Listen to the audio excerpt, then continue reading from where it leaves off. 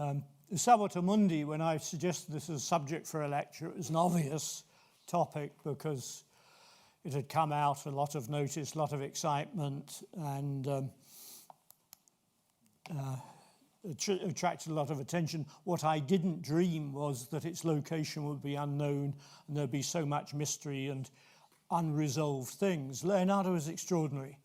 He attracts myths, he attracts incredible events, he attracts thefts, he attracts all sorts of dubious goings on, and I get besieged by the people I call Leonardo loonies. It's a very, very remarkable field to be in, and nothing is ever simple with Leonardo, and this proves to be the case with the Salvator Mundi. Obviously, it became news. You can say it's a world record price for a picture, but I think in a way it's not a normal picture, it's Leonardo. So it's a world record price for a bit of Leonardo's legacy, which you're buying into. So I wouldn't extrapolate from that into old master prices at all. In fact, old masters are not selling very well, and Christie's sold it as a celebrity picture, along with Damien Hirst and other celebrity images. The lecture I'll put the record straight, I hope, about the stories. The press have been covering these things incredibly badly. They've just been looking for sensation, looking for stories. New York Times had 3 stories on successive days about its ownership in the Middle East, all of which were wrong. There have been pronouncements by people totally arbitrarily in the press, so the quality of the public debate has been terrible. So in the first part of the lecture, I will look at try to set the record straight in terms of the story of the picture from its discovery. And the second part, I'll confront the picture, which almost none of the press coverage, none of the sensational coverage has done, actually looking at it and saying, what have we got here? And how does it relate to Leonardo himself? Just a preliminary, we knew that Leonardo had generated a picture of the Salvator Mundi. There are various bits of evidence, not least a series of copies. We're now up to, I think, about well over 20 copies or close variants of it. It didn't mean to say that Leonardo actually painted a version of this, but it means that he devised a composition which maybe was painted in the studio, maybe painted by followers. Anyway, that's what we thought. On the left there is a rather nice, pretty, rather tight version, top left, which was in the Yarborough collection, the collection of Lord Yarborough. I'll be coming back to that. One top right, this was in the Deganey collection, and has been mooted as Leonardo's original. As we'll see, it's certainly not. The one in the bottom left shows how terrible some of these copies can be. This is the one I described as a drug-crazed hippie. And the one on the right is by Leonardo's rascally pupil, Salai, and is dated 1511, which is I think means that the Leonardo composition must have dated from before that. We also have a very splendid etching by Wenceslas Holler, who worked in Britain and in Holland, from Czechoslovakia originally. And he made this engraving of a Salvator Mundi, which he says is from the hand of Leonardo, and it's dated 1650. This is consistent with it being in the collection of Charles I, because Charles I was beheaded in 1649, and his pictures were dispersed to his debtors. So the fact Holler doesn't say who owns it is consistent with that. I'm not dealing with the Charles I, the Stuart provenance. We're writing a book on the Salvator Mundi, and my colleague Margaret Dalaval is writing about the provenance. So I'll be dealing with the picture, but not its history, other than after its immediate discovery. Most important of all, we had 2 drawings at Windsor for the drapery of the Salvator Mundi.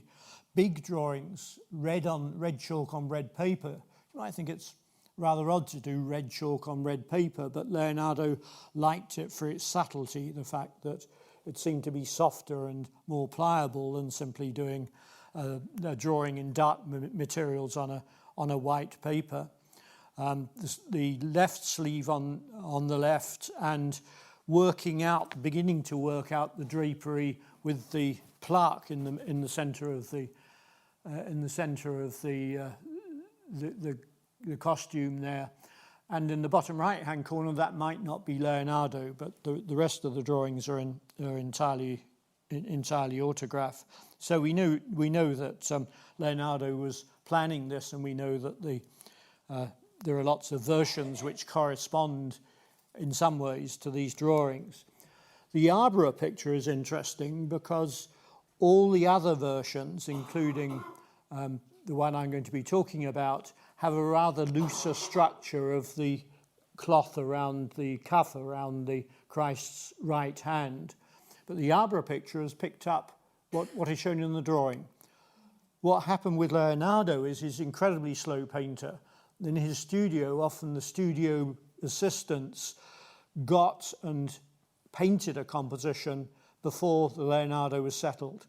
So the preliminary stages leak out, as it were. That happened with the Madonna of the Armminder and in other examples. In fact, the Prado copy of the Mona Lisa is like that. So this very slow process, the lads obviously got impatient and thought, right, well, we'll finish the picture. And then Leonardo changed his mind and did something different. But there we are. The Gannet picture is probably the most handsome of the various copies. It is in a contest de Behag collection. It has a very distinguished recent history. It's just that bit laboured, a little bit mechanical, and it doesn't have that visual magic, that elusive, strange, uncanny visual magic which Leonardo has.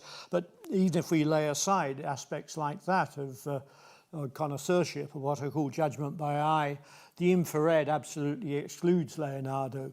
It's very mechanical, very accurate, very careful. And Leonardo, drawing on his panels, is invariably rather wild and experimental. So that niggling, exact quality of it rules out the Gannet as being the original, which it hadn't been widely accepted, but one or two scholars thought that it was at least from Leonardo's workshop. The story begins in April 2005, when an auction in Louisiana, in New Orleans, in fact, had this picture in it. And dealers now, all these auctions are online, so the chance of a provincial auction, I don't mean New Orleans is provincial, but it's not a centre for art world auctions. At one time you could get bargains. Now they're all online, and the dealers go through systematically every picture in which they think looks at all promising. And two dealers saw this in the sale in Louisiana online. Robert Simon, New York, and Alexander Parrish, who were close friends, they both said to each other, "This looks fairly old." And that was the best they thought about it.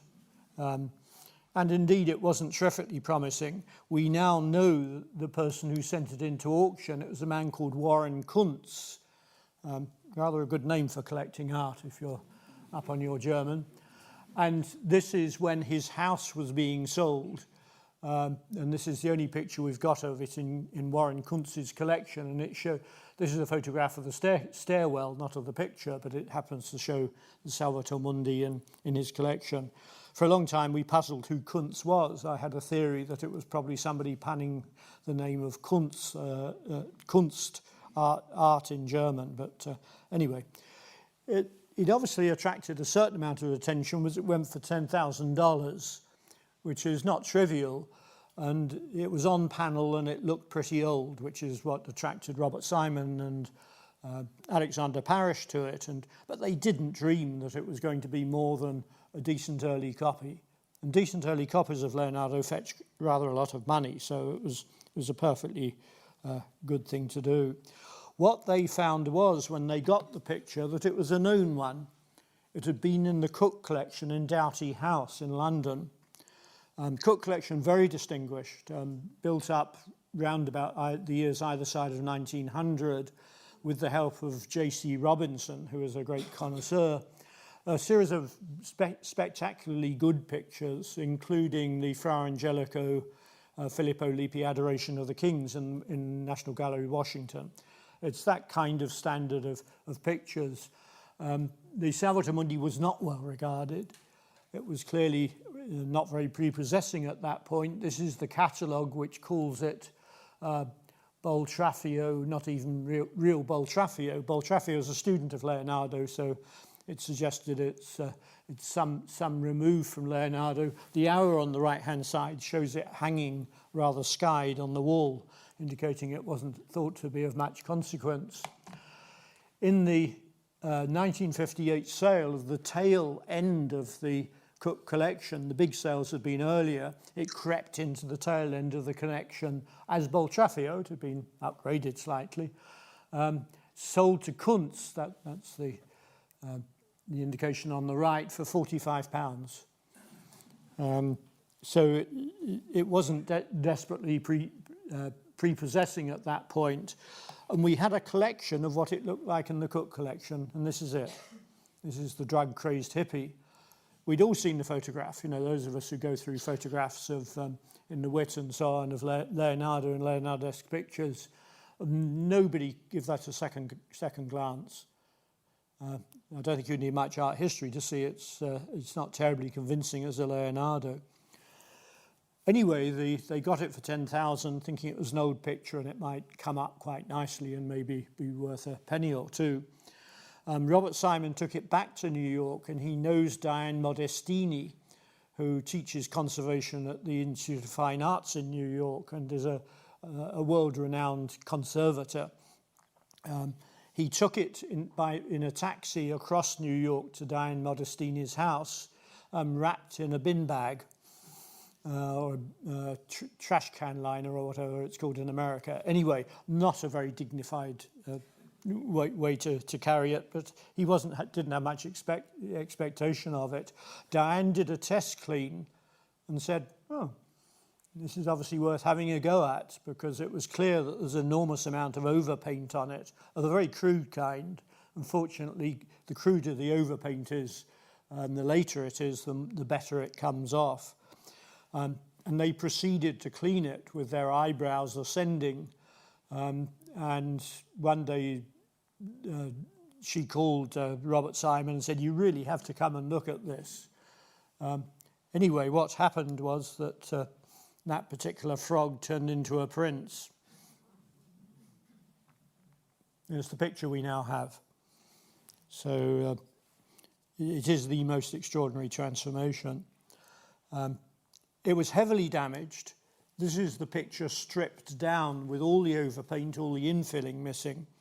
It's on a walnut panel with, as you can see, a big curved grain which had tented. That's to say the grain had probably with very bad conditions, lots of humidity changes, had pushed up into a tent, as it were, and somebody simply sliced off the top of it and then painted over it.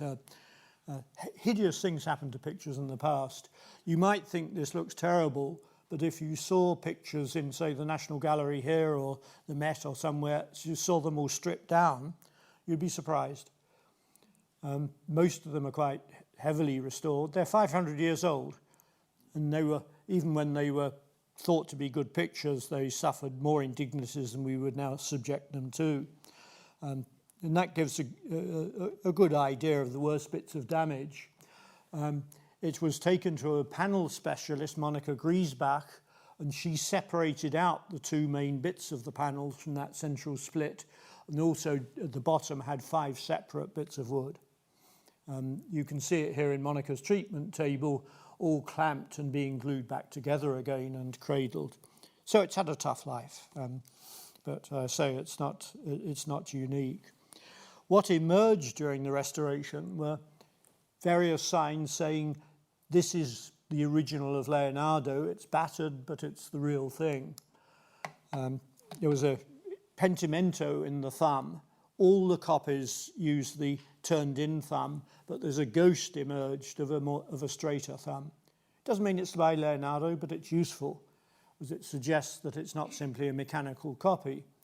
And if it was a mechanical copy, it'd be difficult to see why the copyist didn't copy the thumb in the position which it is in all the other paintings. other pentimenti, other changes of mind emerged. Pentimento is the Italian word for regret. The artist is, as it were, regretting doing something. The original cross bands with this interlace pattern, they're originally much more curvy. Leonardo's early knot designs are all swinging curves. Sometimes they have angular junctions, but basically this is he starts painting this, as far as we can see, in a rather earlier knot type design. Very excitingly, at least for me at least, is the appearance in the over Christ's left eyebrow, the right as we look at it, of a handprint. Leonardo's technique was very unusual, and even the boys don't seem to have picked this up. He's left-handed, so he would put the heel of his right hand into the paint to soften it as it's drying, to get these very soft tonal transitions. It's a signature technique of Leonardo. It doesn't mean to say somebody else couldn't have done it, but it's a very strong pointer that Leonardo's hand, in a literal sense, is visible in the picture. And it begins to add up. You notice all these clues, and one itself isn't decisive, but cumulatively they become rather important. And it was after it had been restored, and after this was found, that the picture entered my life. On the 5th of March 2008, Nick Penny, the director of the National Gallery, phoned me up and said, "We got something I think you would want to see here." You don't turn down that sort of invitation. And I went into the National Gallery. The picture was in the conservation studios of the National Gallery, alongside the Virgin of the Rocks, which they were preparing to clean for the Leonardo show they were already planning. I went in, there was Robert Simon there, who I didn't know, who played a very backseat role. Carmen Bambac from the Met was there, two Italian scholars, Maria Teresa Fiorio and Pietro Marani from Italy, and the National Gallery conservation staff, and Luke Sison, who was planning the exhibition. You go in, you immediately get a sense, this has got presence. It's got a zing, as I call it, but you don't want to get carried away with that. If you do, you can see what you want to see. You have to be very careful. And also it's a bit unnerving. I was the last one to arrive, and the other people were there, and you think, what do I do? Do I look enthusiastic? Do I say hello to them and try to ignore it? I got out my magnifying glass, which I normally have with me, and it makes me look fairly professional. There it is.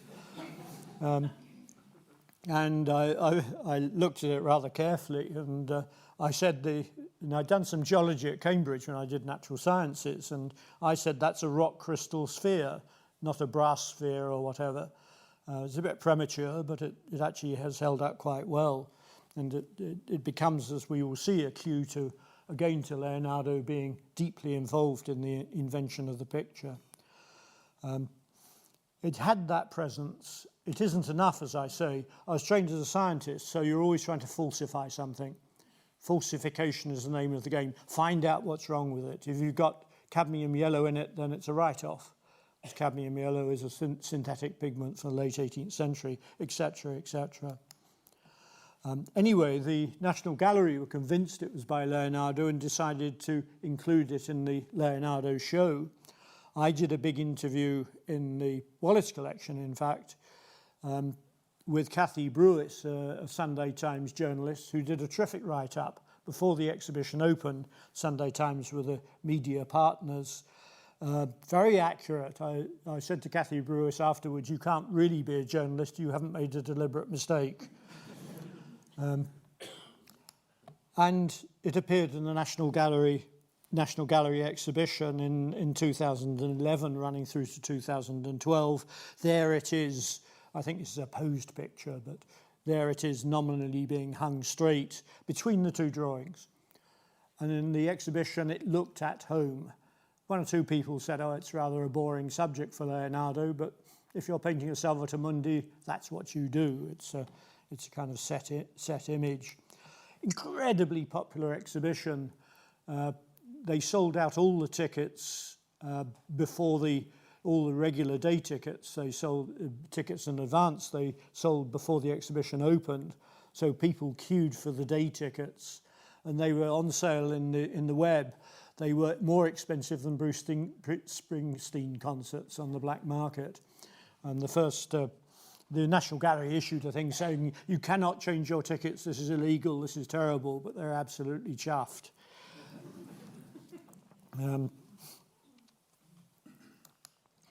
Then what happened is these two gentlemen enter the scene. In theory, a National Gallery shouldn't be exhibiting works which are in the trade, but they did. What happened shortly after that is the man on the right, Yves Bouvier, who they call King of the Free Ports. These are storage facilities in places like Geneva, which are full of valuable works of art, and works of art that are valued highly. They're not necessarily the same thing. And he's king of the free ports. He has them around the world now. And he stored these incredibly valuable objects.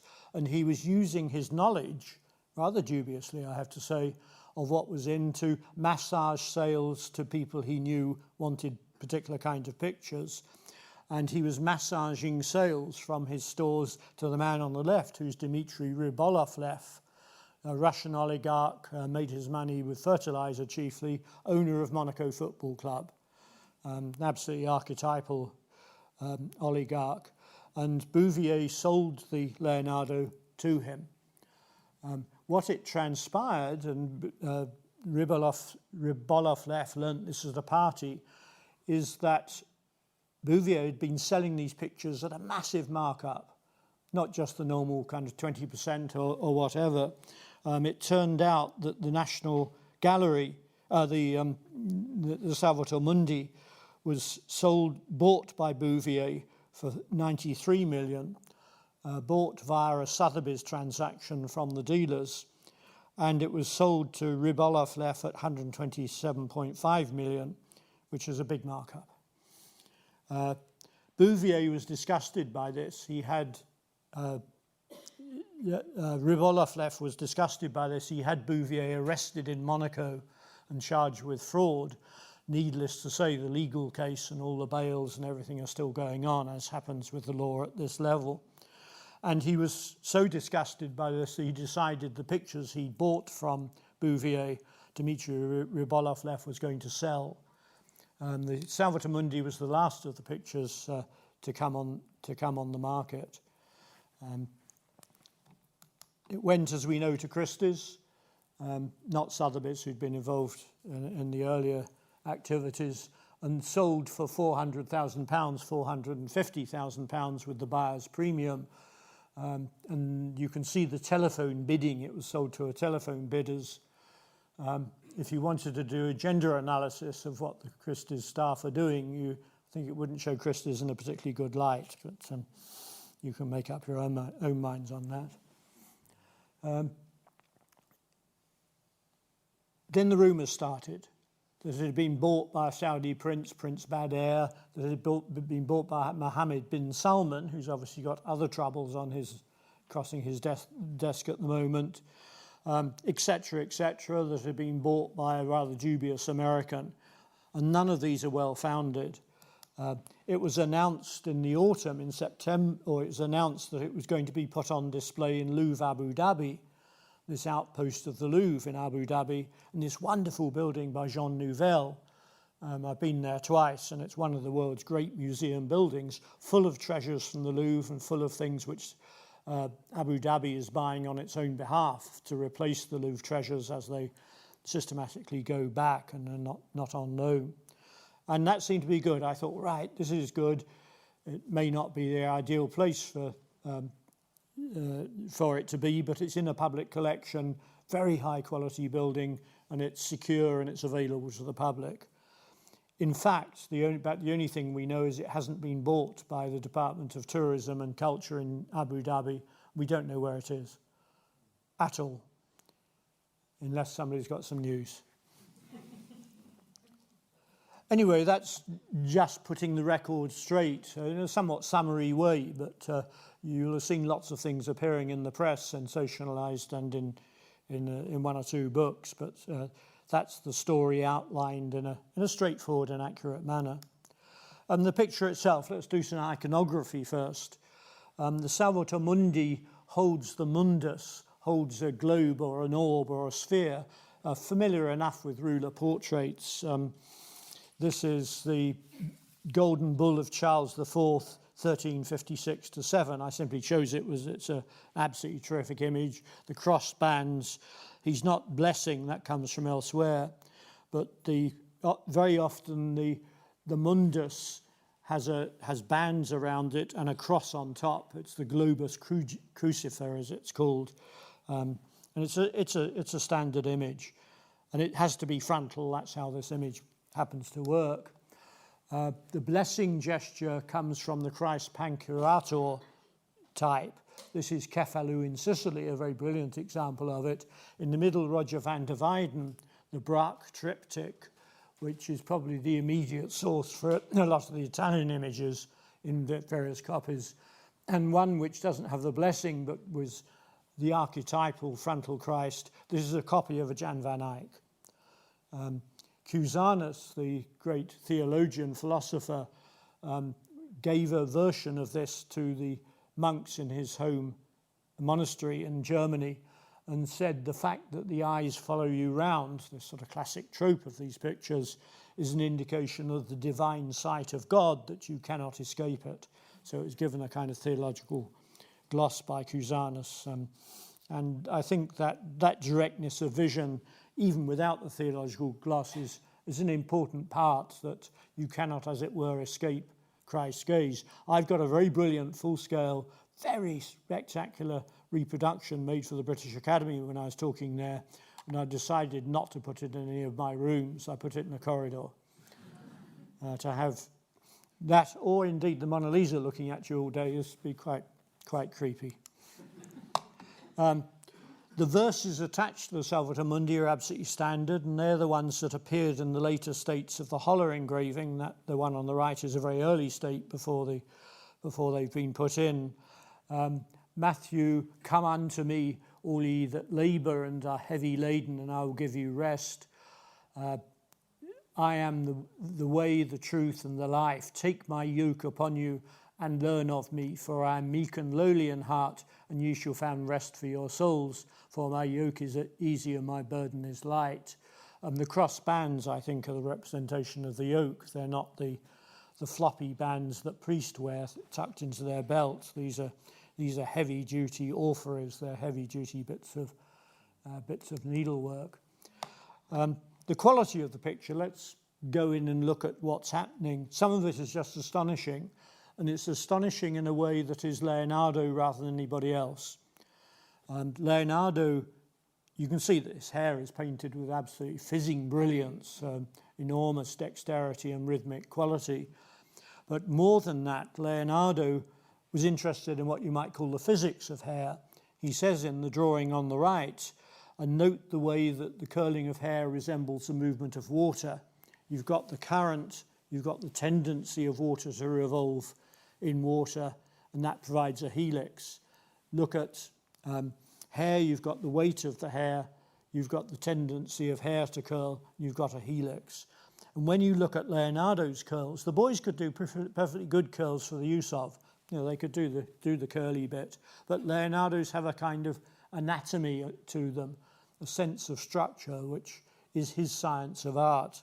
And it's not simply, even the best copies don't really pick up on that. They don't copy it meticulously. They just do curls that look okay.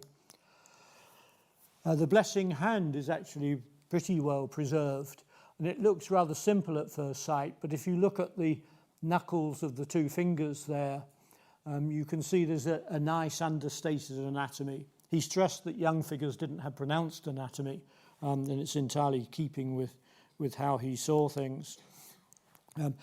One of the most interesting parts, one of the most significant parts, are the cross bands, which have this very angular interlace. I've suggested already that the angular interlace was not Leonardo's early mode of doing interlace patterns, these knot patterns. In 1500, when he was in Venice, and would have seen things like the pattern in the ceramic pattern on the right. And the central crossing point with the rock crystal, the crystal sphere in the middle of it, the generational geometry is a square which has been rotated 25 degrees. Very common in Islamic tiling patterns. And incidentally, the Jean Nouvel roof for Abu Dhabi happens to be using that as one of the generative bits of geometry for his pattern.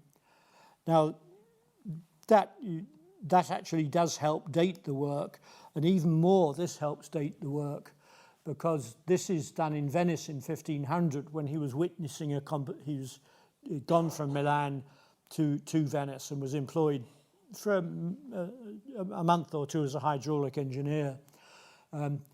This is in Venice almost certainly was the wheels on the right of perpetual motion machines, and he witnessed a competition for perpetual motion in Venice, about which he was understandably scathing. But he's drawn these motion machines which have hinged hammers. I won't say how they work, but this is therefore dated pretty securely to 1500, and you can see him experimenting with angular ones with bits of generational geometry of the sort which I've been suggesting. So this is really pretty secure, and it means that it's post 1500.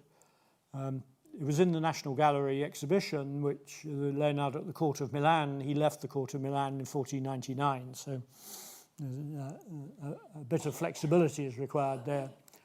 And there's a drawing in Christchurch, which Christchurch College in Oxford have rather unfortunately lost, which shows again him thinking about these essentially Islamic geometries. The one on the left is very much so. And there are also on that sheet things that, you know, I didn't really look at carefully. You just thought, well, maybe he's testing a pen. But then I went back to thinking about rock crystal and that being a rock crystal sphere. And one of the characteristics of rock crystal, you can get completely clear big bits of rock crystal, but they're very, very rare. You often get ones with cleavage planes in, or you very often get inclusions, which are air gaps. They're not technically bubbles in the same way in which you get with glass. And it occurs to me that when he's sort of working out these interlace patterns, he's just thinking, you know, about these little things. He does it with a little curl of impasto and a highlight and a little dark bit. It's just done with 2 turns of the wrist.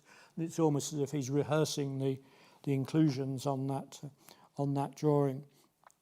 But I think there's, looking at rock crystal in the Ashmolean in Oxford that inherited John Tradescant's collection, has a rather nice rock crystal sphere, very difficult to photograph. You can see things with your eye which match up much better than photography, which is quite limited in how it responds. This is a little rock crystal pebble that I bought myself, and I think you can see how these inclusions work, how they pick up the light in a particular kind of way. Once we know that this is rock crystal, then it alters the subject matter of the picture. The rock crystal alludes to the fixed crystalline sphere of the fixed stars, which is the outermost limit of the universe as conceived at that time, the Ptolemaic universe. Outside is infinity, is God, is the prima mobile, all that miraculous metaphysical machinery of Christian belief. But the rock crystal sphere is representing that outside one. The 2 examples I'm comparing here, both Raphael in the School of Athens, Ptolemy here holding the globe, and an unknown astronomer holding a celestial sphere. This is on the ceiling of the Stanza della Segnatura, and is Urania or astronomy looking at her handiwork from outside with the Earth at the centre and the zodiacal ones around. Leonardo has done it much more metaphorically by painting something which we can recognise, though it wasn't generally recognised as rock crystal. This means that Christ is no longer just saviour of the world, the mundus, he's saviour of the cosmos. This is a very typical Leonardo move. It's a very rigid subject. If somebody says, I want a Salvator Mundi, there's not much you can do with it. But Leonardo has. He's found a way of extending the reach of the iconography. Interestingly, the Arbor picture, which is the one which has got the early version of the sleeve, does rather interesting things, and that copy certainly knew what Leonardo was about. And in this case, you've got a little illuminated world at the centre. This is the centre of this one, which is it's a hole, as he's put a compass in for drawing the sphere.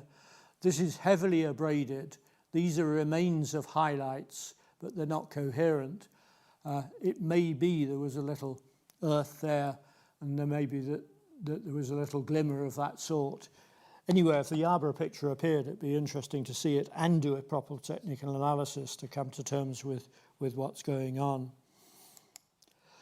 Leonardo was much interested in these semi-precious minerals, in these minerals with interesting optical effects.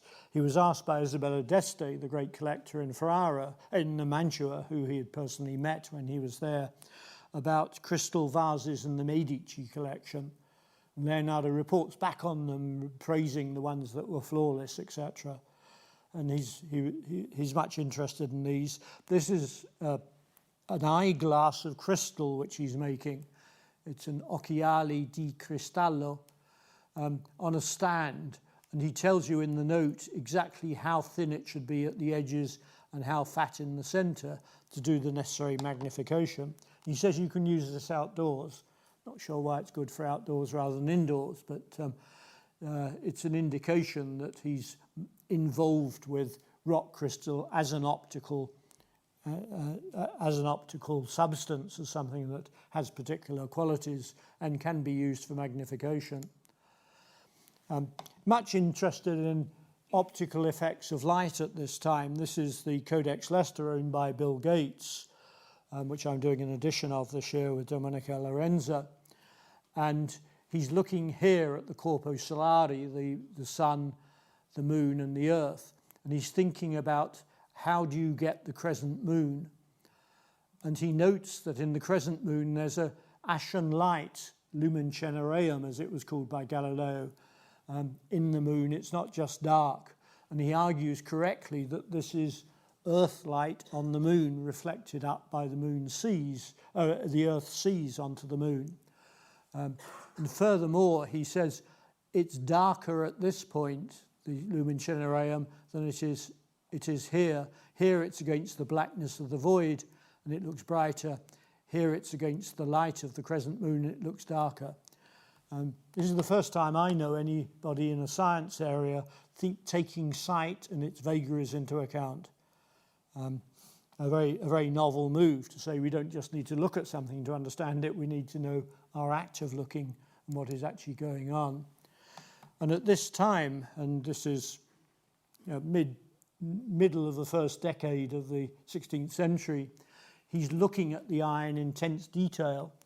As a young man, he assumed the eye was simple. It sent out kind of measuring rays and you then got measurements.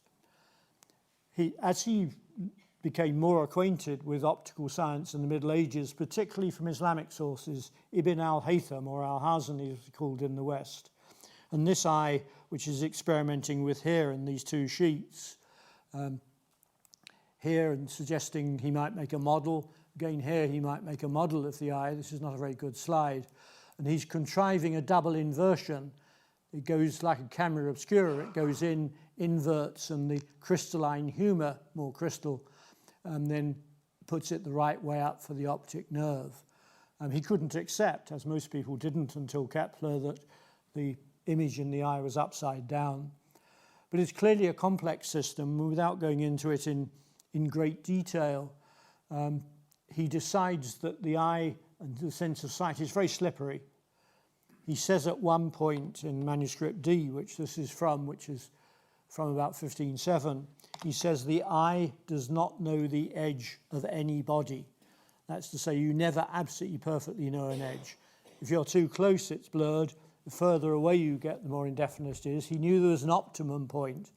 He didn't know about focus, didn't know the lens was focusing. Nobody did at this time. but he decides that sight, which he had revered as this absolute conveyor of information early in his career, was now a very slippery, very subjective thing. And we saw subjective effects in the lumen genereum, the darker and the lighter effects in that. And when we begin to look at the picture, we can realize that there is a kind of what we would call focus or depth of field. That's anachronistic, but it's a handy way to describe it. That the sharpest characterization of this rather waxy hand and the face less so. So in a very shallow pictorial space with no depth behind, just a neutral black void, he's getting space by dint of the sharpness of the image of the form. Again, that's Leonardo. None of the copyists understand that at all. None of the boys were up to that kind of thing. You needed to have thought profoundly about the sense of sight, about what we would call depth of field, about what we would call focus.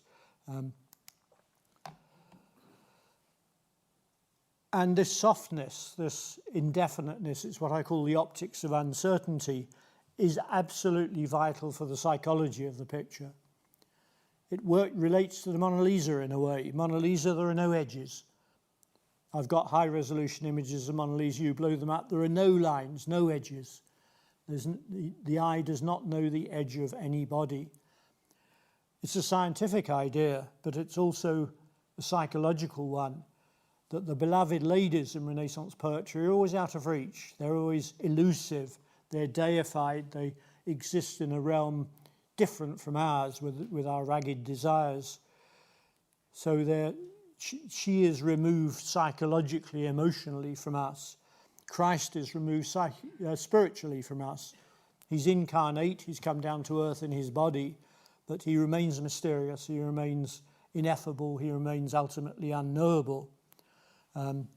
So these pictures, in a way, are a pendant, the one showing the elusiveness of the divine lady as being loved, the visual elusiveness, the romantic psychological elusiveness, and the Salvator Mundi indicates the elusiveness of the ineffable Christ. Even though we can see him, we can't understand him.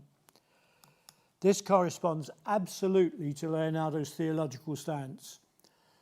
Those of you who read Dan Brown may be convinced that Leonardo has just heretical theological stances, but he's absolutely orthodox.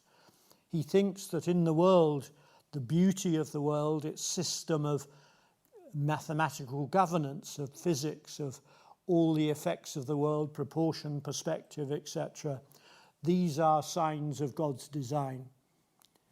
God is absolutely the designer of this miraculous world that we inhabit, with its physical laws, its mathematics.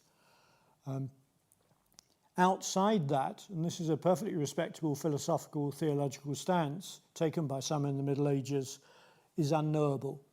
The nature of the glory of God, the nature of heaven, the nature of this infinite realm is not accessible to us. This is what he writes, and I'm showing you there the Virgin Child in St. Anne from the National Gallery cartoon and the Louvre St. John the Baptist. He writes, "Leave the definition of the soul to the minds of friars, fathers of the people, who by inspiration possess the secrets. I let be the sacred writings, for they are the supreme truth."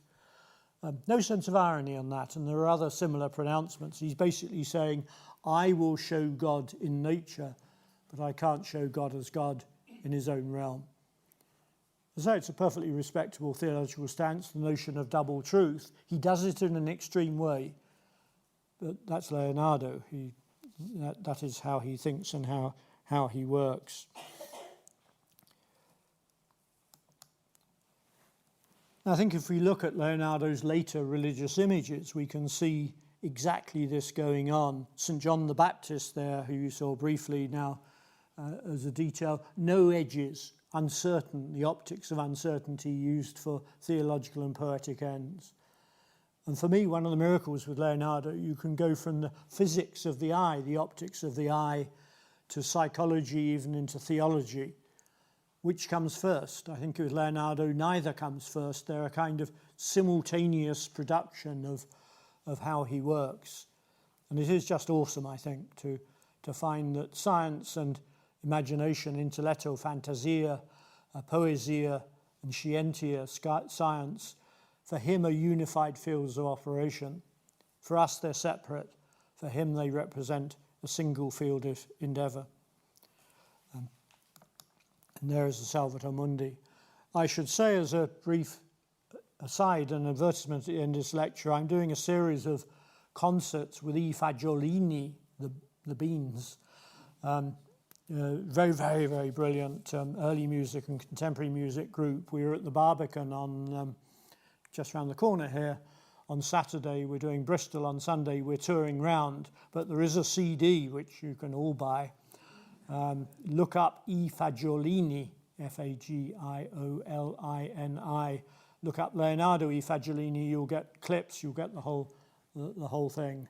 It's absolutely wonderful to work with great musicians on a subject like Leonardo. Anyway, I finish with a plea. Where is it? Thank you very much.